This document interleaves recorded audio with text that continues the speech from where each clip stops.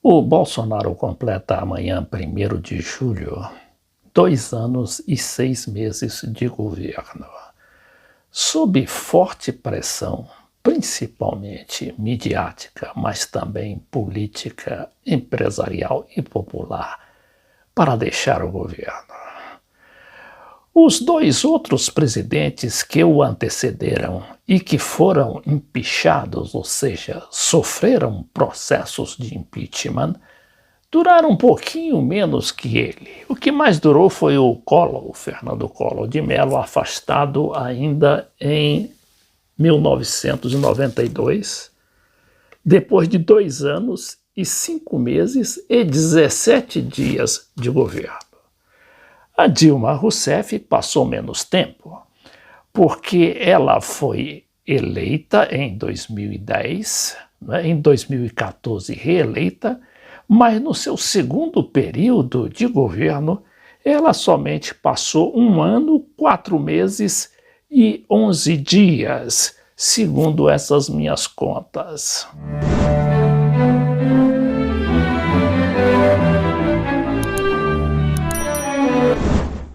Eu cito essas contas não apenas em termos de comparação, para também definir o quadro de extrema volatilidade que o presidente Bolsonaro enfrenta neste momento, não é?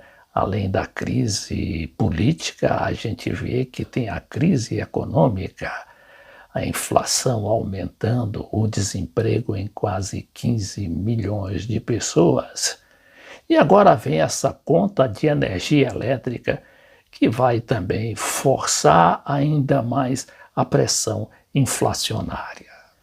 É fato que o presidente ainda conta com a maioria ampla no Congresso Nacional, mas ele tem aqui um calcanhar de Aquiles, este seu líder do governo, o Ricardo Barros, que agora está metido nessa confusão da compra da Covaxin, não é? Uma compra que acabou não se realizando, mas cuja articulação foi descoberto que aqueles responsáveis por essa operação receberiam um superfaturamento da ordem de 1000%. O presidente, primeiramente, rebateu as críticas e foi até agressivo com a imprensa e principalmente com as mulheres jornalistas. Mas acabou agora por adotar providências, como foi esse caso aqui do Roberto Ferreira Dias, diretor do Departamento de Logística do Ministério da Saúde, acusado de pressionar pela aprovação célere da Covaxina, vacina na mira da CPI da Covid. E esse cidadão, Roberto Ferreira Dias, é um indicado do deputado Ricardo Barros, né? Ricardo Barros, ex-ministro da Saúde, líder do governo, de todos os governos, depois da redemocratização no Brasil, ou seja, um camaleão daqueles de se tirar o chapéu.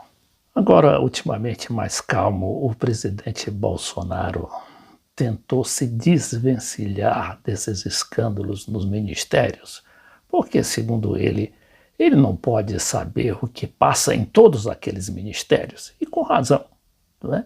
E com razão, porque todos os ministérios, toda a administração do país sempre sofreu escândalos, e não vai ser assim em outros governos, ainda que o Bolsonaro seja impeachado, e com isso deverá assumir o seu vice, o general Hamilton Mourão, que estaria ali já articulado com os meios empresariais e principalmente midiáticos para assumir com total apoio justamente desse setor político que quer defenestrar o Bolsonaro. Vejamos aqui as razões do Bolsonaro. Superfaturar uma coisa de 1000%. Qualquer idiota ia perceber. Então, a cada frasco são 3.000 frascos, tem 5 ml. Tá? E a dose, doutor, para cada vacina, meio ml.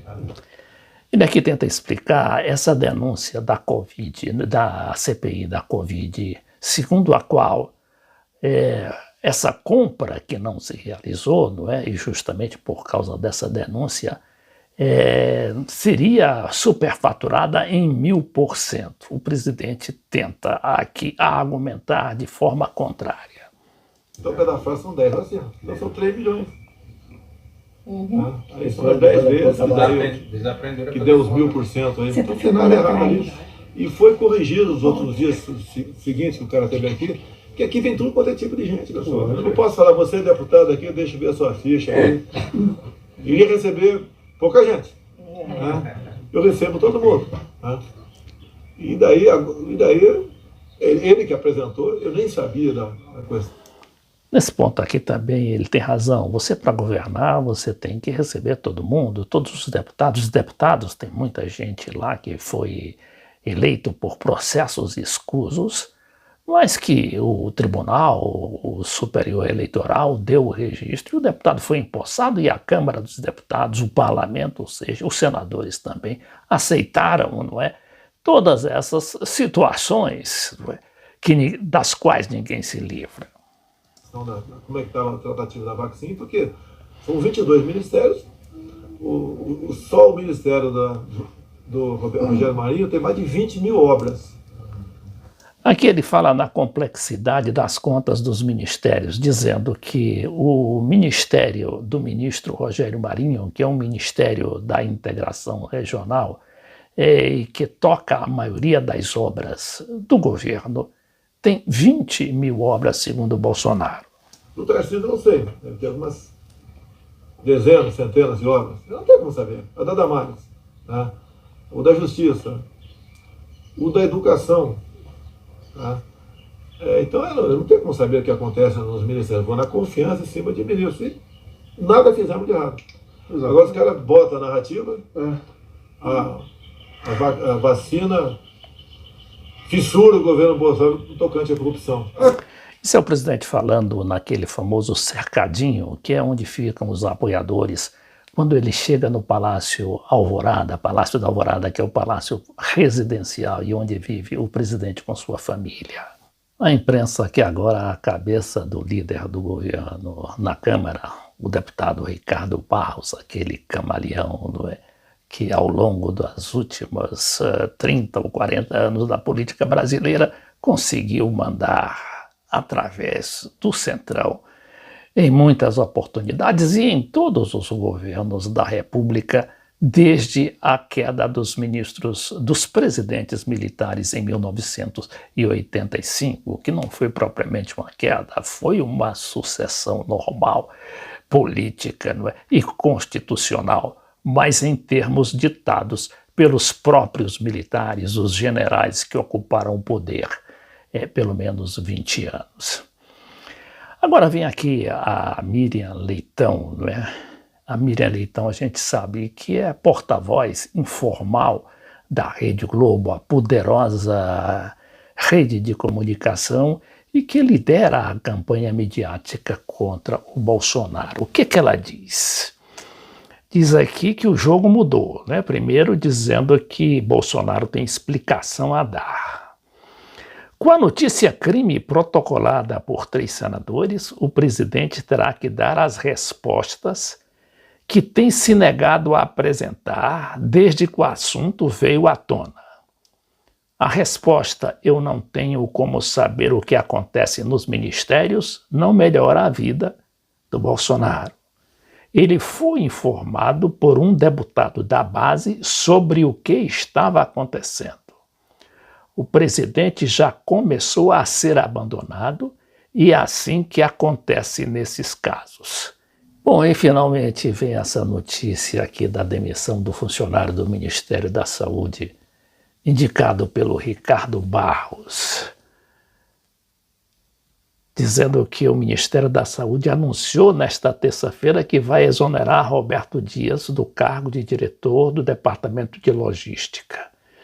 De acordo com o Ministério, a decisão foi tomada na manhã desta terça-feira e será publicada na edição de quarta-feira do Diário Oficial.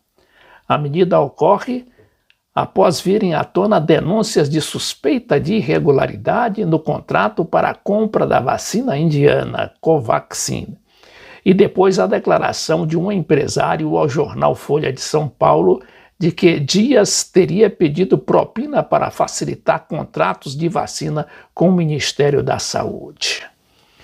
Bom, essa notícia aqui deixa muito mal o deputado Ricardo Barros, porque ele não vai ter como negar essa indicação, ainda que faça tudo tente de tudo, porque ele é um parlamentar muito experiente, fala muito bem e tem grande articulação ali no Congresso, e dificilmente vai conseguir se livrar da pecha, né, dessa indicação.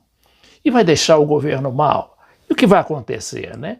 O que vai acontecer é que o governo vai ficando cada dia mais solitário, mais isolado no Palácio do Planalto, e agora em termos políticos, porque o Ricardo Barros é uma peça-chave ali no Centrão. O Centrão, aquela grande federação de deputados e senadores, não é? Que se aninham aí em qualquer governo para aproveitar os favorecimentos oficiais, além dos cargos, para tirar proveito, inclusive pessoal. E esse Centrão é muito forte. Ele, por exemplo, apoiou a Dilma e até tentou, não é, evitar que a Dilma sofresse o impeachment. Mas acabou acontecendo aquilo, né, que foi a aprovação do impeachment da Dilma por mais de 2/3 da Câmara, mesmo acontecendo com o Collor no Senado. Vamos ver aqui essas contas que são também muito significativas, que são as contas, não é, dos votos que primeiro tiveram Collor e depois a Dilma no impeachment. Eles que eram todos considerados, não é, como tendo maioria no Congresso, menos o Collor e mais a Dilma. Vejamos aqui.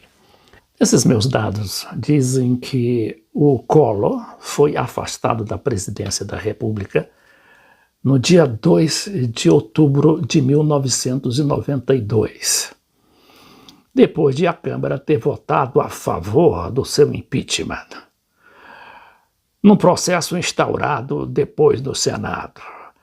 Então houve, essa decisão da Câmara foi por 441 votos a favor e 31 contra. O processo depois foi para o Senado.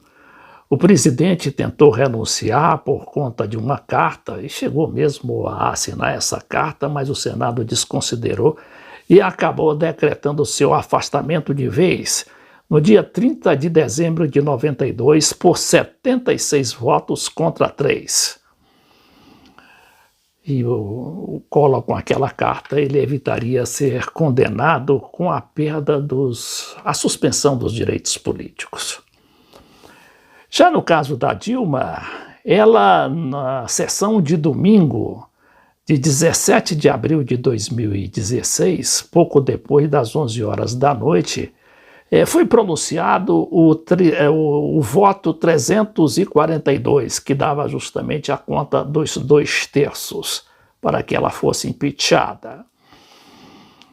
Então, houve 367 votos a favor do impeachment, 137 contra e 7 abstenções, 2 ausências. Mas aí houve uma manobra política e jurídica e a Dilma dependeu, não é, de uma outra sessão do Senado para que ela fosse afastada do cargo. Mas o Senado, mesmo assim, afastou a Dilma, né, concordou com a Câmara antes de fazer o julgamento. E aí, no dia 12 de maio de 2016, com aquela decisão do Senado, a Dilma foi afastada do governo, assumindo em seu lugar o vice Michel Temer. Sempre tem um vice atrás aí querendo o poder. Na época do Collor, era o Itamar Franco, que era o vice-presidente da República, homem honrado, nacionalista e tudo, mas que no final ele trouxe para o governo o Fernando Henrique Cardoso, como o homem todo-poderoso da economia que fez o Plano Real E em seguida, já no governo, 2 governos, por sinal, eleito também democraticamente, o Fernando Henrique fez a maior queima das estatais brasileiras e promoveu o maior índice de desemprego